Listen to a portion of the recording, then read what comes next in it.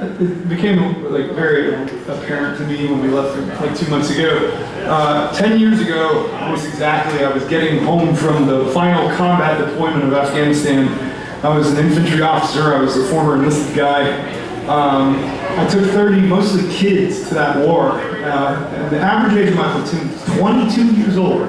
They were kids, and I was just a few years older than them. And before I got over there, I started feeling like something's wrong. And I was like, something about this whole thing is fucked.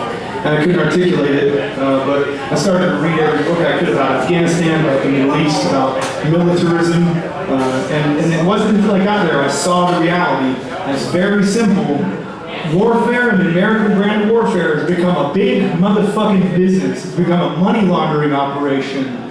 These companies like Boeing, Lockheed Martin, KBR, Northrop Grumman, they have purchased our politicians on both sides of the aisle, and they keep these wars going forever because they know that it's the easiest way for them to fucking make billions and billions of dollars, because they can scare all of us into believing there's some fucking boogeyman out there. But anyway, I got there and I was like, there's nothing I can do about that. But I realized, we can at least remove the Taliban and provide stability, because without the Taliban, I want to make something very clear, fuck the Taliban and fuck anybody that uses their religion to tell you how you can and cannot live your life. But I figured, hey, without them, at least women and femme-presenting people have the future, because with them, women can't have jobs, they can't drive, they can't fucking walk down the street without a chaperone under literal threat of death. And that shit's coming here if these motherfuckers have their way, but that's another story. So anyway, we failed those people, we lied to them, because that war was never based on that. It was never about these reasons that we told them that we were going to provide stability. It was all based on colonialism and empire. So there's not much we can do about that now. But when you go home tonight, I want you to look up Rescue International. I want you to give them $5. They're an amazing refugee aid organization. They work in Afghanistan, Syria, Iraq, in Gaza, in Ukraine. Also places where you may not know that horrible wars and atrocities and fucking genocides are happening. Like Sudan, Congo, Myanmar. Go give them $5. But on top of that, I believe that there is this thing that binds us as people. It connects us as an unseen energy. Let's have fun. It's Wednesday night in fucking Memphis. Vision video show. You're going to have a great time. But I want you to do so intentionally. Send that energy to those people because we owe it to them and they deserve it. This song is called Kandahar.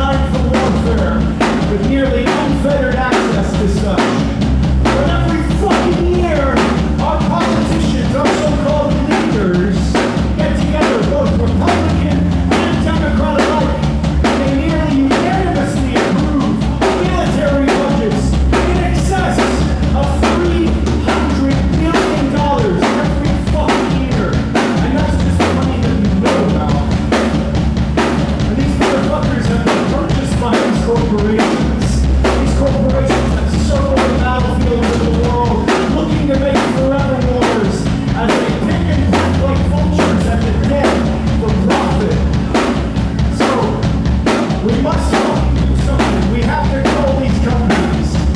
And until we abolish these companies, it will be organized fucking murder.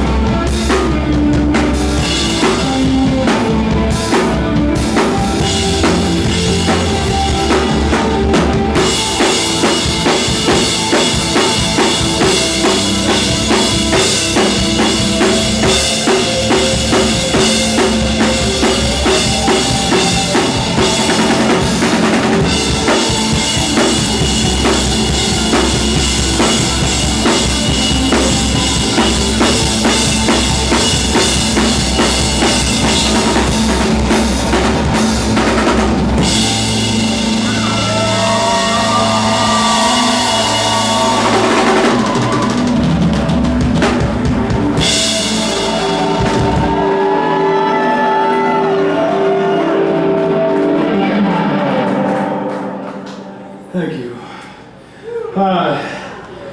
I'm not going to stand up here and ever tell you that I know the solutions to these things.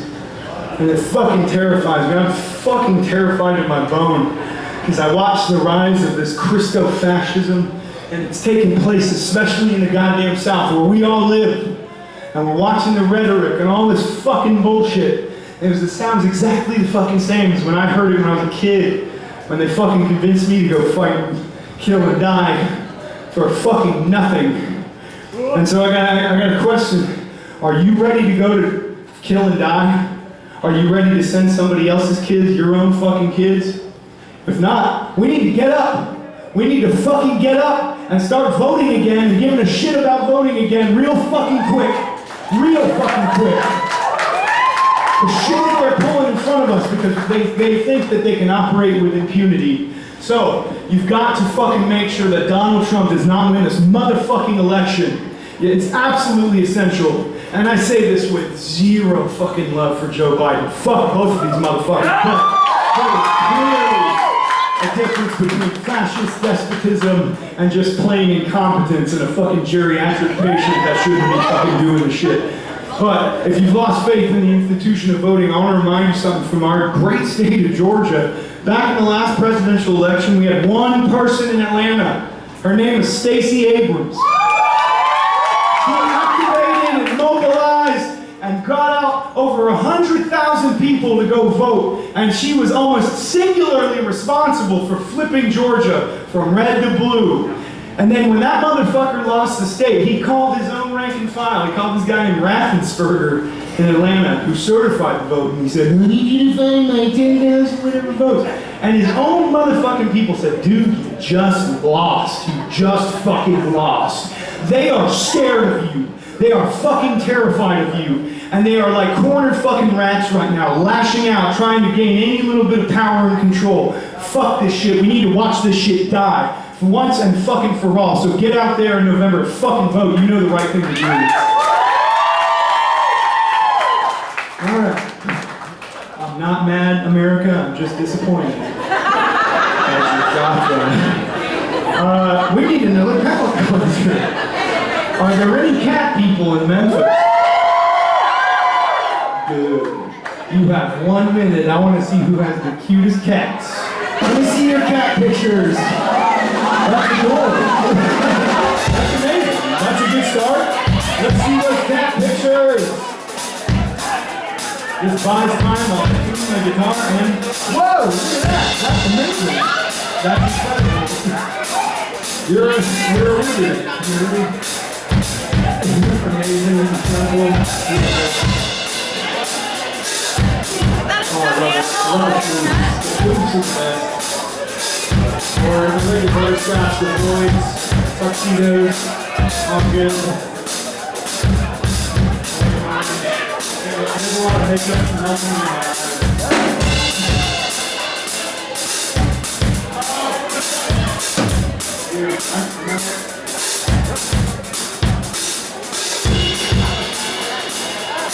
Let's go. You ready? That's my trick for tonight. You got it. That was incredible. Sandra kind of said, I don't have to. Look at that! Oh my God! That is fucking incredible. Alright, so here's the deal. I wish I could give everybody cat treats, but that's a lot of cat treats. So I'll give you a gift of an acronym that served me well in my life. You ready? ACAB. All cats are beautiful. Also, all cops are bastards. And there's all, I don't know why, but every fucking show there's one cop, and they always come up to me and they're like, well, you know, forget it, man. I hope you don't hate me. I'm like, dude, I don't hate you. I just think you're part of the country's largest mafia. But anyway, if you ever wake up one day and think to yourself, I want to receive thousands of death threats on the internet, that's beautiful, love it. All you have to do is real simple. Just write a song that's not political in any way. It's just objectively a fact that it is a list of things that cats are not. And this is that song.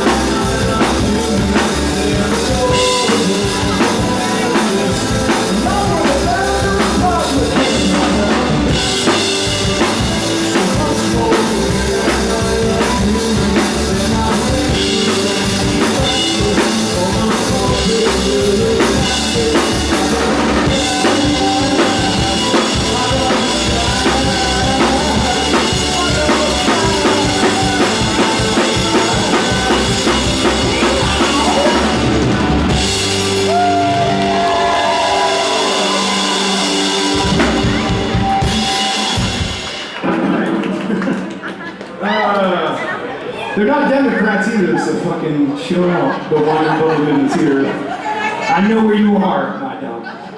Anyway, we got a couple more for you. Rite of Signal and Skull. This my brain. Is it Skull Family? Jesus Christ, my fucking head. Thank you guys. I am very tired. I've been awake for a very long time. Thank you guys for rocking out with us. Give it up for both bands. They're fucking great. Give it up for your bartenders and your staff. Make sure you tip your bartender as well. They're working hard. We've got a couple more. Are you still with us? Alright, so I know it's July now. It's no longer Pride Month, but fuck that shit. It's still Pride.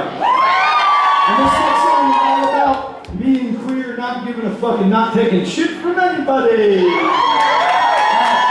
we do this, speaking of not taking shit, I'm not taking y'all shit. I don't believe you. You have energy, and we need it. Let's go!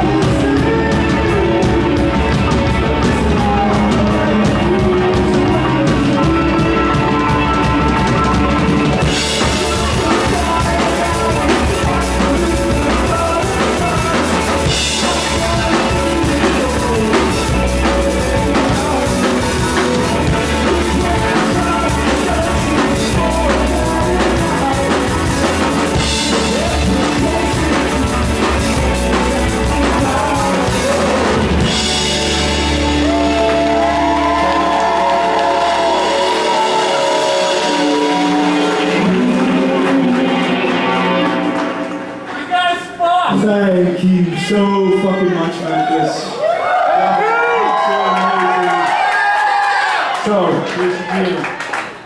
Now, that could be our last song. Or, we can skip all the pretense and we can just do one more song. And look, hey, I know some of you need the theatrics, the performative nature of it. I was a theater kid in high school until this fucking record. So I know that some of you need closure of that experience. So, well, as is Vision Video tradition, we will simulate it for you. Thank you, Memphis. It's been wonderful. We'll see you next time. Bye.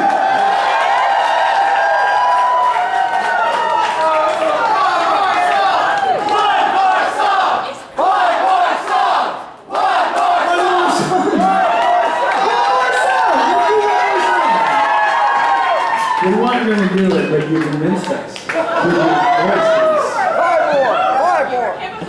This is Don't Peekaboo, all this shit. Alright, so here's the deal. As I mentioned earlier on, this, like, the goddamn internet shtick is becoming a post-irony. I'm actually getting old and I'm fucking